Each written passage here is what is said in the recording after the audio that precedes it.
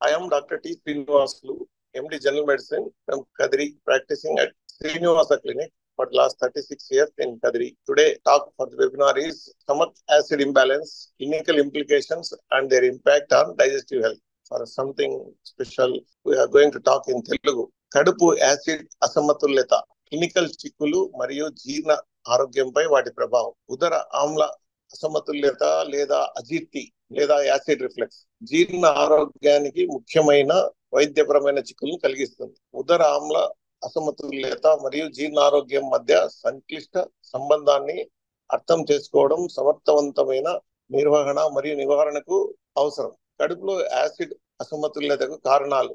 So these are the etiological factors for acid reflex.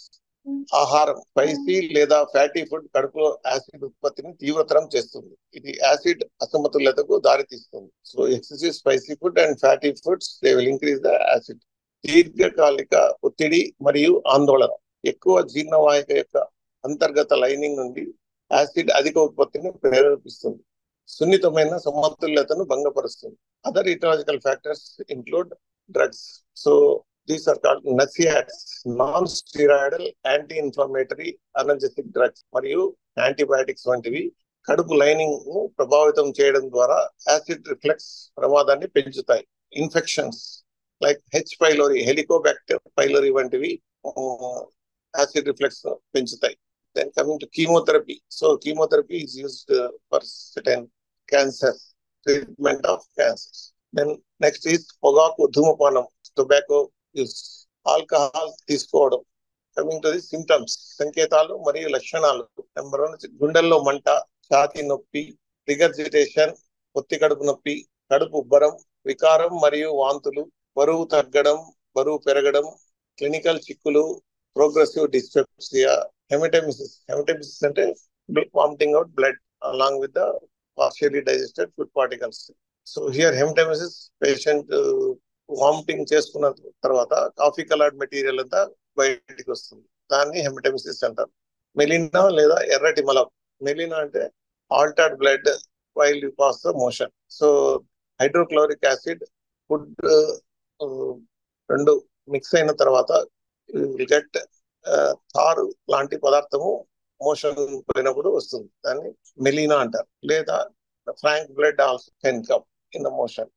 Clinical చిక్కులు, ఉదర ఆమ్ల అసమతుల్యత, ఎగువ జీర్ణాశయాంతర ప్రాణాంతక కుటుంబ చరిత్రతో సంబంధము కలిగి ఉండవచ్చు. దీర్ఘకాలిక డిస్పెప్సియా లేదా యాసిడ్ రిఫ్లెక్స్ దీనికి దారి తీయవచ్చు. ఇనుము లోపం లేదా అనీమియా, రక్తహీనత అనేది వచ్చే అవకాశం ఉంది. పునరావృత ఎమిసిస్, అన్నవాహిక లైన్ దెబ్బతినడం వల్ల బ్యారెట్ ఇసోఫేగస్ లేదా బ్యారెట్ అన్నవాహిక లేదా అన్నవాహిక క్యాన్సర్ వంటి సమస్యలు వస్తాయి. So these are the late complications of reflux esophagitis, that is Barrett's esophagitis, esophageal carcinoma. తగినంత పోషకాలను గ్రహించకపోవడం వల్ల అవసరమైన విటమిన్లు మరియు మినరల్స్ లోపాలను కలిగిస్తుంది. జీర్ణ ఆరోగ్యంపై ప్రభావం. కడుపు యొక్క ఆమ్ల వాతావరణం యొక్క భంగం ఆహారం విచ్ఛిన్నం మరియు జీర్ణక్రియను దెబ్బతీస్తుంది. ఇది గ్యాస్ట్రిక్ సమస్యలకు దారితీస్తుంది. సో ఉబ్బరం, గ్యాస్ మరియు అజీర్ణం. కడుపు ఆమ్ల స్థాయిల్లో అసమతుల్యత గట్ మైక్రోబయోటాలో డిస్బయోసిస్ కి దోహదం చేస్తుంది. ఇది మొత్తం జీర్ణక్రియ పనితీరును ప్రభావితం చేస్తుంది. దీర్ఘకాలిక యాసిడ్ రిఫ్లెక్స్ లేదా GERD, gastroesophageal reflux disease మరియు పెప్టిక్ అల్సర్స్ వంటి పరిస్థితులను అభివృద్ధి చేసే ప్రమాదంతో ముడిపడి ఉంటుంది. So what is gastroesophageal reflux disease? Here gastroesophageal reflux disease లో lower esophageal sphincter patency is not able to close properly because of laxity of this lower esophageal sphincter. So here in GERD, pH in the esophagus is neutral, whereas the pH in the stomach is acidic. So because the lower esophageal sphincter is not closing properly, there is a reflex of partially digested food that is called as chyle into the esophagus. So oesophagus లోకి chyle అనేది ఎప్పుడు regurgitation అవుతుందో ఆ టైంలో అన్నవాహికలో ఈ acid expose అవ్వడం వల్ల అన్నవాహిక గోడ గదులు యాసిడ్ తగలడం వల్ల అక్కడ ఇసోఫేజైటిస్ డెవలప్ అయ్యే అవకాశం. ఈ ఇసోఫేజైటిస్ if it is repeatedly occurring, it can lead to Barrett's esophagitis. So that is Barrett's esophagitis. Barrett's esophagitis నుంచి మళ్ళీ తర్వాత esophageal cancer కూడా డెవలప్ అయ్యే అవకాశం. Peptic ulcer, no, all of us. So here peptic ulcer is two varieties. One is gastric ulcer and second one is duodenal ulcer. Lastly, we have ulcers in the esophagus also. Then, so in gastric ulcer, we have stomach pain will be there and patient gets relief by vomiting. Whereas in duodenal ulcer, patient gets relief by eating food.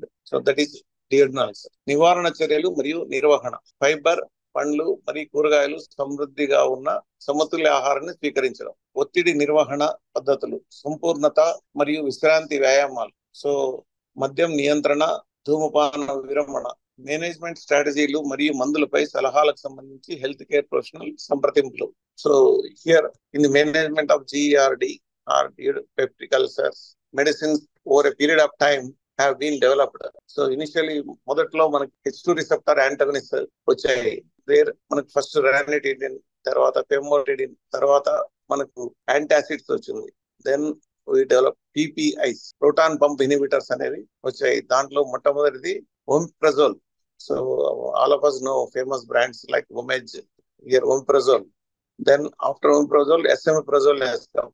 Then pantoprazole, then rabiprazole. So some more newer medicines are also coming into the market for controlling the acidity, that is peptic ulcer as well as GERD.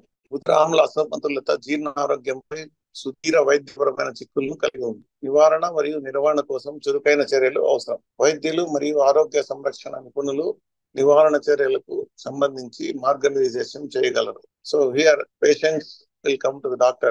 So once we make a diagnosis, reflux esophagitis or peptic ulcer, we advise the person to undergo upper GI endoscopy. So upper GI endoscopy gastroenterologist చేస్తారన్నమాట. అది చేసిన తర్వాత what is the cause of the patient complaints will be known. So whether it is reflux esophagitis or any peptic ulcer, maybe a gastric ulcer or duodenal ulcer. తర్వాత దానికి సంబంధించిన medication patient కి advice చేస్తారు. ఇంకా H. pylori infection ఏమైనా ఉంటే biopsy తీసుకొని దాంతో డయాగ్నోస్ చేస్తారు. H. pyloriకి in addition to the PPIs, they will also give antibiotics so that this H. pylori infection is eradicated from the stomach. జీర్ణ ఆరోగ్యాన్ని మెరుగుపరచడం జీవక్రియ ప్రభావాలను అందిస్తుంది మరియు దీర్ఘకాలిక మరియు జీవక్రియ వ్యాధులు నివారించడంలో సహాయపడుతుంది. మొత్తం జీవ నాణ్యతను మెరుగుపరుస్తుంది. So this is regarding the management of reflux esophagitis. మనకు in addition to the medicine, we have to advise the patient regarding lifestyle modification. So lifestyle modification లో డైట్ కంట్రోల్, టైమ్లీ ఫుడ్ తీసుకోవడము, తర్వాత మామూలుగా నార్మల్ గా 2-3 సార్లు తినేవాళ్ళు అదే divide చేసి 5-6 సార్లుగా తినాలి. తర్వాత తిన్న తర్వాత they have to walk down for half an hour to 2 hours, then they have to sleep. తిన్న వెంటనే they lie down. The reflex ఇసోఫేజిటిస్ అనేది, సో గ్యాస్ట్రోఇసోఫేజియల్ రిఫ్లెక్స్ అనేది వచ్చి పేషెంట్ కి అన్నవాహికలో ఇసోఫేజిటిస్ అనేది డెవలప్ అవుతుంది. తర్వాత లైఫ్ స్టైల్లో ఫుడ్ హ్యాబిట్స్ కూడా చేంజ్ చేసుకోవాలి. ఎక్కువ స్పైసీ ఫుడ్, తర్వాత ఫ్యాటీ ఫుడ్ అవాయిడ్ చేయాలి. ముఖ్యంగా నైట్ టైం, రాత్రిపూట అల్పాహారం తీసుకోవాలి. క్వాంటిటీ తీసుకోకుండా they have to eat small quantities at bed during bed time. In addition to that, if they do some exercises particularly during day time and improve the tone of the lower esophageal sphincter. Doctor గారు చెప్పిన medicines ని వాళ్ళు చెప్పిన విధంగా course ప్రకారం తీసుకుంటే ఈ reflex ఎసోఫేజిటిస్ బాగా క్యూర్ అవుతుంది. తర్వాత కూడా మనం మళ్ళీ రిఫ్లెక్స్ కానీ అల్సర్ కానీ రాకుండా ఉండడానికి మనకు మెయింటెనెన్స్ గా కొంచెం లైఫ్ స్టైల్లో మాడిఫికేషన్ చేసుకుంటే ఆరోగ్యం సంపూర్ణంగా బాగుండే అవకాశం ఉంది. మన ఆల్కహాల్ తర్వాత స్మోకింగ్ హ్యాబిట్స్ ఉంటే టోటల్ గా స్టాప్ చేయాల్సి. అవి స్టాప్ చేయకపోతే ఇవి ప్రాబ్లమ్స్ రికరెంట్ గా వస్తూనే ఉంటాయి. That is regarding reflux oesophagitis or acid reflex